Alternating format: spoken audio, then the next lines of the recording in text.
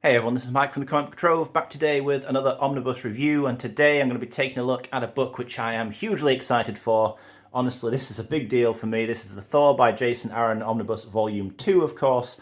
And I remember talking about the first volume, this one right here, sort of midway through last year in 2022. And when I talked about that book, I was saying how, I just really hoped that Marvel would in fact do a Volume 2, because we didn't even know for certain at that stage that there would be one. As likely as it did seem, but then they announced it, and then it just felt like a long wait between then and finally getting it. When this did come, I got a damaged copy, so I had to send it back, and then finally get this one as a replacement. That was a whole thing. But at last, here we are. I finally got this book, and it is such a big deal for me, as I say, such an exciting book to have, and I'm so pleased to finally be able to say that the full Jason Aaron Thor saga is collected in omnibus format. And so today we're going to be taking a look at this book. I'm going to be doing my usual thing. I'll be giving an overview of it. I'll be sharing some thoughts on the material and just showcasing it in general to possibly help you make up your mind as to whether or not this book is one that you want to pick up. But I would just say right off the bat that I highly recommend both this and Volume 1 if you can get both.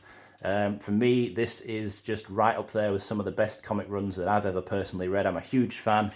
Let's start looking at it then. I've got the DM variant cover here. This is one I kind of personally preferred of the two. I quite like how it has both the Thors on it. You've got obviously Thor himself and Jane Foster, who is still kind of doing her Thor thing during this time in the run. Just a really cool cover there by Olivier Coipel. Cool artist, cool bit of artwork. I liked it. The spine perfectly matches the spine design of the first volume, as does the back here, with this kind of design of showing various bits of artwork from the issues within. Then, of course, you get a little bit of blurb and your contents down there as well. All in all, just a really nice design. Both these Thor by Jason Aaron volumes, these omnibuses, they look really cool. And that kind of light grey design that they've got really does make them kind of stand out, because there isn't really another Marvel omnibus that kind of looks exactly like that as far as I know. They've got some white spines, obviously black spines, different coloured.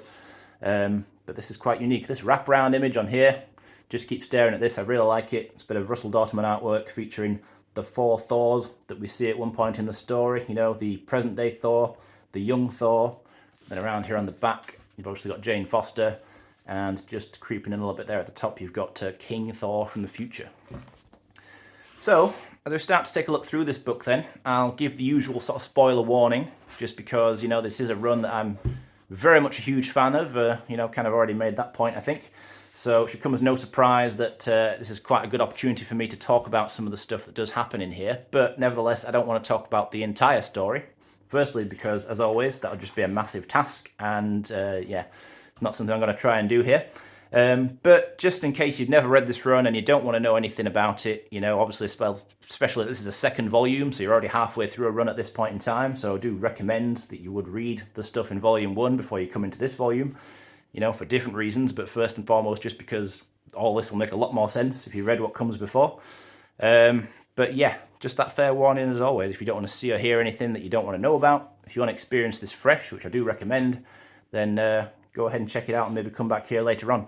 But we start here then with Mighty Thor issue 13, so picking up exactly where Volume 1 leaves off, and this is kind of midway through the Jane Foster period where she is Thor. As I mentioned during the first volume, Thor himself, he's not entirely absent from the story during this era. He has, something's happened to him which made him to become unworthy. So that's why he no longer wields Mjolnir. But he does appear in his own story, The Unworthy Thor, which is collected in here as well. This is just a massive book. It's actually quite noticeably bigger than the first volume. So yeah, it is quite a huge collection.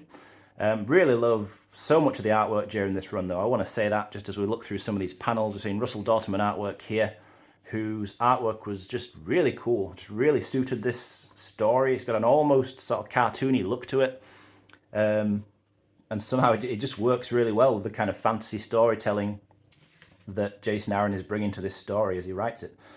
Loki appears throughout here, and I really like the take on Loki in this run. He's not really just a pure kind of out-and-out villain as he has been so much in the past before this series took place. But there's just there's a huge amount of stuff going on here, and obviously this all builds up towards the massive War of the Realms, which served as you know, ultimately a big kind of conclusion to so much of the storytelling that Jason Aaron was doing. You get enough of the War of the Realms in here to me that it kind of renders the actual War of the Realms omnibus itself that came out a couple of years ago kind of superfluous, at least in my opinion, unless you really love that event.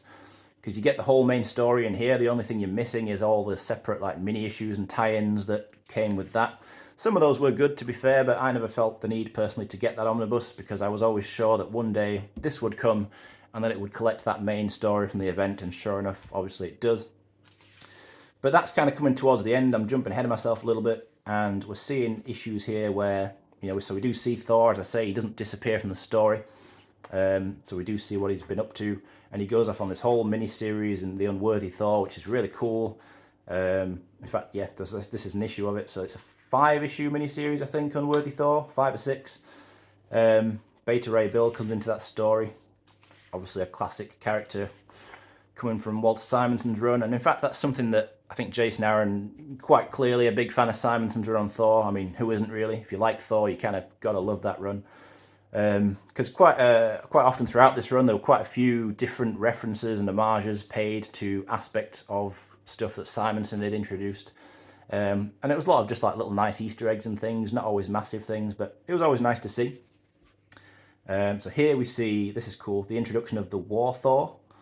I won't spoil who that is, but that's like yet another Thor who turns up during this time, and everyone's kind of wondering like, who is this? Like, why have we got yet another new Thor on the scene? Really cool. This, like, I really liked, by the way, just the general design of Jane Foster's kind of Thor armor that she has during all this. Look at this as well, beautiful bit of artwork. The exploration of the different realms, the Norse realms, I think, was something that was done fantastically well in here. You know, it was just so cool to see all these different kind of races and cultures and things that were being given so much time in the spotlight, which is not to say that they never had been given any time before, that had never been explored at any point, but I just think that this series, that Jason Aaron did a great run of kind of bringing in so much of Thor's, you know, mythology, of the whole Norse mythology in general, and incorporating it into one big ongoing story. So yeah, it was just something, it was one of those runs, you know, for me there's plenty of runs and stories and comics that I really enjoy, but there's only really a relatively small number, arguably just a handful I could say, that have kept me completely hooked and kind of glued to the page, so to speak, from beginning to end of a long run like this, and Jason Aaron's Thor is one of those. You know, other things would be stuff like Peter David's Hulk, Claremont's Uncanny X-Men, Jeff Johns on Green Lantern, some of my other top tier ones there, but this is, you know, well up there with all that sort of stuff. I was a huge fan. And as I say, you know, now that I've finally got this second volume, after the long wait that there was to get it, I'm really looking forward to kind of doing a full read through again. In fact, I've already started rereading volume 1 not long ago. I'm about halfway through that, and I'm going to just kind of power on through it and read all the way through this and refresh my memory about all of it, because it has been probably about 3 years or so since I read it now, which I did digitally at the time. But we do see some different artwork coming in here, because at this point in time, Russell Dauterman is kind of preparing to work on War of the Realms, because he was the artist for that whole main event. So we see some different artwork coming in here, but all of it's still cool. You know, that's the thing. This was one of those runs that to me never had bad artwork. You know, even when there was stuff that, you know, wasn't necessarily always my favorite, it was always good. So one thing I want to just kind of get out there and ask is what other people think about this run, and I'm sure that I'm not the only person that's excited to finally get this book. Yeah, it's just really cool. I just had such a great time reading through this at the time, and it's just, like I say, a book that I can't wait to personally go through. War of the Realms, which we're kind of getting into here, so, you know, I've not touched too much upon it, but the big kind of baddie, the big villain, the big threat of a lot of this saga is Malekith the Accursed, who again is another character who comes from Simonson's Thor. And he's been building up this whole kind of evil army, you know, recruiting people from some of the different realms, and therefore Thor's kind of built up his army, so it's like some of the realms are kind of good, some are evil, and ultimately Malekith wants to wage war across the realms, and the war comes to Earth, or Midgard as it's known in the Norse tongue. So naturally all of Earth's heroes get involved when this massive world-threatening army turns up, led by Malekith and some of his forces. You get a lot of these cool variants throughout the omnibus as well. This is a really cool one here. So that would be Arthur Adams, of course. Pretty distinctive style Arthur Adams always had. So there is a big extra section at the back, but as I say, you get some variant covers kind of scattered throughout as well, which I always thought was a cool way to do that. So yeah, all these villains turn up, war comes to Earth on an epic scale, and therefore all of Earth's heroes kind of divide up and try and go off in different directions to take on different parts of Malekith's huge army. And yeah, all really cool stuff. So some issues of Thor were directly tying in and carrying on the War of the Realms story at the time. And then after all that, obviously the big conclusion of War of the Realms, you get the King Thor miniseries, which was the very final part of Jason Aaron's run. I really like how Jane Foster's story concluded, you know, kind of quote-unquote concluded in here. Her time as Thor, anyway, certainly did conclude. She had a really satisfying ending involving the Mangog, is he called? Classic Jack Kirby creation from back in the day on Thor. That was really, really awesome when I first read that issue. That was a character that I didn't kind of see coming into it in the way that he did. And then, you know, King Thor, and we kind of come full circle, and we see, in a sense, the return of Gorr the God Butcher. You know, that instant classic villain that Jason Aaron created in his first story arc, right at the beginning of his run on Thor. The God Butcher arc, which is such a standout Thor story, you know, even set aside from the rest of everything that then went on to follow it within Aaron's overall run. But yeah, in the end, we go to that far future, that King Thor era, where Thor has become a king, way, way off in the distant future. And we see, I won't spoil the specific circumstances, but we see a return for Gorr. We see a sort of final interaction with Thor and Loki. And it really feels like this is one of those runs, you know, the King Thor miniseries anyway, the way all that ends off. It's a perfect epilogue to this run. It's also one of those stories that feels like, you know, if this wasn't an ongoing comic that's never going to end like all Marvel and DC and everything is, it would be just a good ending point for Thor in general. It's just one of those stories, you know, it just feels like if you never read Thor again after that, or at least in my opinion, you'd be satisfied you'd had an ending to it all.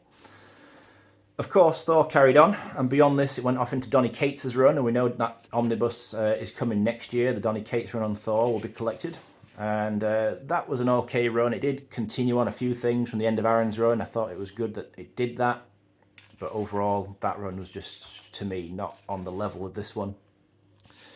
But we're looking through some of these extras in the back now. Quite a lot of variants in here, a lot of really cool ones. Always liked that one, that Art Germ cover for Jane Foster.